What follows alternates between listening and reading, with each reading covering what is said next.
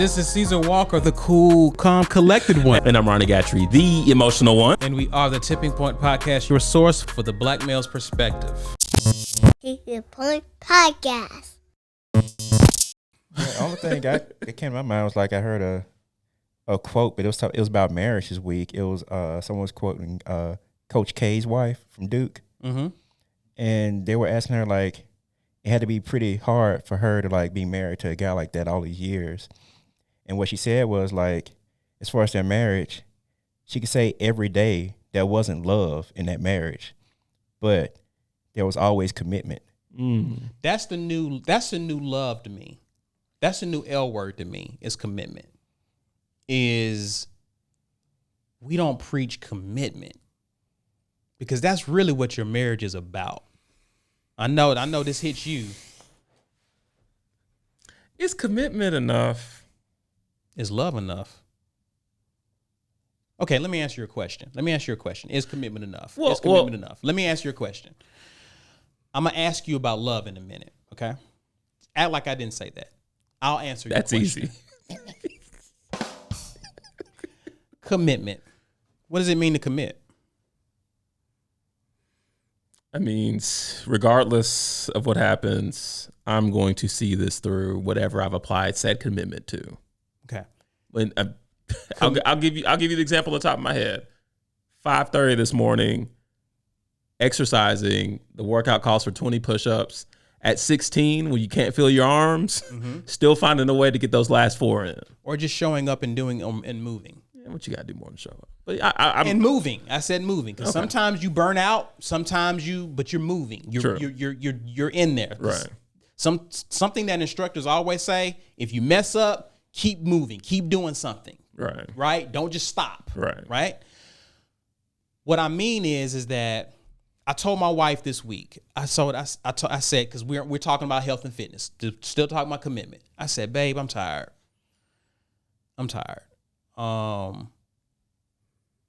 Here's what we're gonna do. It's Tuesday. Let's eat some tacos.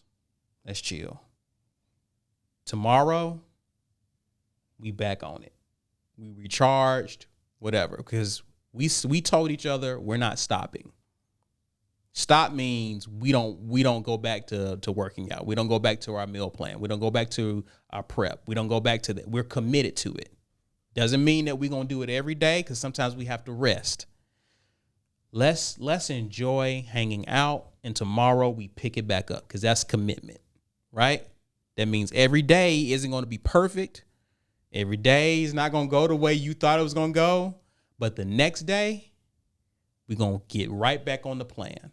Everything I said in front of God and a crowd of witnesses, I'm committed to, right? It's more than just staying together. I'm committed to you. Remember, I said marriage is about service. So I'm committed to serving my wife. That's what I'm committed to. So if I'm committed to focusing on her needs, if I'm committed to that and she's committed to me, heck yeah, that's enough. Because that tells me that if I have a bad day, she has a bad day, tomorrow comes around, I'm back on the same program, because we are committed to what we said we were going to do, to God and in a crowd of witnesses, right? So some days is going to be easier than others because I feel the love. Ooh, the love is so abundant. But then there's other days I don't feel the love. Just like some days I get up and I don't feel like working out. I don't feel like eating this meal. I don't feel like drinking a gallon of water. My feelings are irrelevant because I'm committed to doing the work. So doggone it, I'm going to do the work. Commitment, in my opinion, trumps love every day of the week, because that's action. That's me doing what I said I was going to do. Is love enough?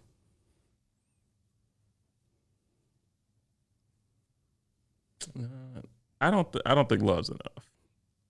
I agree. Man, you couldn't help but agree after that sermon.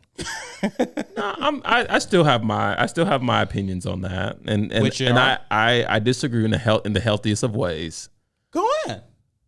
we're pie. This get it out. I want to hear it. Let's. I'm gonna think back to our recording last week. Okay. About I'm off sex. Sure. Is that a lack of commitment? Is that a lack of commitment on whose part? On the wife's part, because our pretense of that was a wife telling her husband in her late 30s that she's just not having sex anymore for whatever reason that we don't know. That's a we lack base of it commitment. That's a lack of commitment. Yes. But she's there. Just like you're there. You just said in the example we gave about working out, just showing up ain't enough. Right. You said showing up and moving. Right. Now, I take sex off the table. That erodes all of my commitment? Question mark. All of your commitment? Yeah. It does it erode all of it? Not all of it. But you didn't say that when you took those vows. And you didn't tell him that before you got married, that, hey, somewhere in this marriage, I'm going to probably cut the sex. Well, no, Walker, you got to be realistic. You got to be realistic. About what? As convoluted and as complicated as women are, there's no way for a woman to predict that in her early 20s. Is the Derek Jackson music here yet? There's no way for a woman to predict that. How's a woman going to know? And think of it from my vantage point. You're a woman? No. You walked right into that one. Yeah, I give you that. It was well played. No, I look at my wife, right? Mm-hmm. My wife has had 2 kids. Her body's gone through a lot of changes. Okay. Right? A lot in terms of her body has gone on since we said I do. But there's no way as I'm putting this ring on my wife's finger that she's thinking, I'm going to have 2 kids with this dude one day, and I'm just not going to feel like having sex anymore. There's no way for her to know that. So let's be fair. But why she's not having sex? Well, we don't know that. That's pretty important. It is. And I think it's worth it to find out why that is. I'm dealing based on the pretense of our recording last week, right? But you remember what I said. Go ahead. But thinking of that, can that woman still say, even though I'm off sex, I'm still committed to you? I'm still committed to us. She can say it. Is it truth? Is it truth? No. Because okay. Now she's checking all the other boxes. You can't check all the other boxes. How? Because last week when I talked about this, I opened up a whole list of things that we have to go down and discuss. Right? Why do you not want to have sex anymore? That's the tipping point of this conversation. I'll give you that. Now I'm challenging you to communicate to me. Now you got to be real with me. You got to talk to me. Is there something going on with you? Is there something going on with us? Am I turning you off? Do I stink? You know what I mean? Like, is there a problem that led you to the conclusion? Because see, what you did was you came up with a solution to a problem I didn't know existed. Right? That solution serves you, but it creates another problem for me and for us. Right? So it's difficult for you to come up with I can't come up if me and my wife have a problem and I come up with a solution that she doesn't agree with. Yeah, I'm the leader of the household. But if that's a bad solution, trust and believe there's going to be problems with me and her, and vice versa. So you can say I'm committed, just like I can say I'm a truck.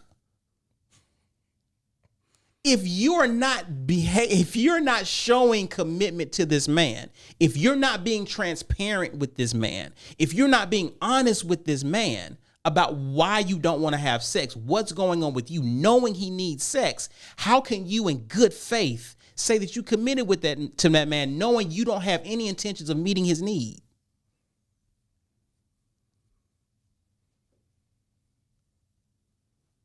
Jeopardy music. Go ahead. We got it. No. I've got constructive thoughts here. I just think they're redundant. But from what I'm gathering from you, one failed act can break commitment. It can definitely, yes, absolutely. If I go out and I'm in a woman's DMs and it gets back to my wife. Does that break commitment? It could. It could. You're saying the lack of sex definitely does, but me sliding in DMs could. It could, depending on the woman and depending on your wife. If that's a deal breaker for her, could be. Yeah, I don't know. I feel like I've got a heavier thought and impression of commitment. And Walker, Which is what? if I can even borrow some of your sermon, right? One of the key points of your sermon in breaking down what commitment is in a marriage is I'm still going to show up. Sure. Right? Mm-hmm. So why can't we say, okay, so you revealed to me today that you're off sex, but you're still here. So where's the hope for tomorrow that may change? Where's the hope for tomorrow? Yeah. Doesn't commitment fuel that? Sure. I mean, does it feel that? You don't know that. This is why communication is so important. I get it, and this is why communication. This topic, Walker, we didn't have a lot of context on. I don't even know if it's fair to use this in terms of justifying commitment. I don't even know if you can build a theology of hope around a person who ain't telling you what's going on. Now, if she's telling you what's going on, yes. Because you remember what I said. You got something to deal with. Yeah. That makes sense. I want to have sex, but we have a problem. Right. Cool. Let's work on it. All that we know from the fest hole was that they were off sex for whatever reason. For whatever reason. But I took an approach that says, hey, we're going to, we got to, okay, you don't want to have sex. I can't accept that. I'm sorry. I'm not accepting that. You got to give me more than you just decided you don't want to have sex. You can't hit me with that bombshell and I don't have questions. Right? Right. So if we find out if we identify the issue and she wants to work through it, I want to work through it, right? Then yes, we in there, 10 toes down. But if you're not being honest with me, see, that's what I'm trying to get you to understand is you're looking at it solely off sex. No, I look at it as off sex. For what? You're not communicating to me what's going on. You don't even want to work on it. You remember what led to this, right? So there's a breakdown. There's several breakdowns, right? You just see the no sex part. I'm seeing an insensitivity to my needs, an indifference to my needs, indifference to my feelings, not talking to me, not being honest. Where am I? How am I doing, Black? Like, do you see that breakdown? Yeah. Now when you're adding those, those are road commitment. I was looking at it as one thing. Those are several red flags. Right. Like alarms are going off. Right. So that's what I'm saying is and it's okay that you took that issue because that's an example when we talk about commitment. Okay, where's your commitment on the wife's part? What is your commitment at this point? Where are you on this? Because there's several things you're not doing that led to you telling me you're not having sex. Where are you in this relationship? And that was my whole thing towards the end while I would be out because I had to ask you, okay, you're not thinking through. Where does this end with me being with somebody who's not talking to me, is indifferent to my feelings and my needs, not willing to even be intimate with me, not close to me. And by the way, people in the comment section, it was like, yo, she probably cheating. No context. Wait, the comments for us? No, for the fest hole. Yeah. Okay. People were like, well, she probably cheating. Yeah. It's easy to. Possibility. Right. Don't know that. Possibility. But That's my point an easy is assumption though. But my point is, it's not just as simple as a woman just saying I'm not having sex. There's issues. There's a catalyst, yeah. Sure. There's issues there. Okay. So when you talk about commitment, it's the whole thing, bro. It's the whole thing. See, issues are going to happen in a marriage. But are you committed to working through those things, humbling yourself, rolling up your sleeves and working on it? And that's where most people fall short. They don't want to work. Same reason people don't show up for that class in the morning. They don't want to work. They want the end result, but they don't want to work. Commitment says, I want this so bad, I'm willing to do the work. You think that's why people take the easy way out of a lot of marriages? Yeah. Marriage is hard work. It's work. Because Hard work. Call it what it is, Walker. No. It doesn't have to be. You make it hard work. You make it hard work. Well, then it's hard work. It's work, but it's just like the person who's working their dream job.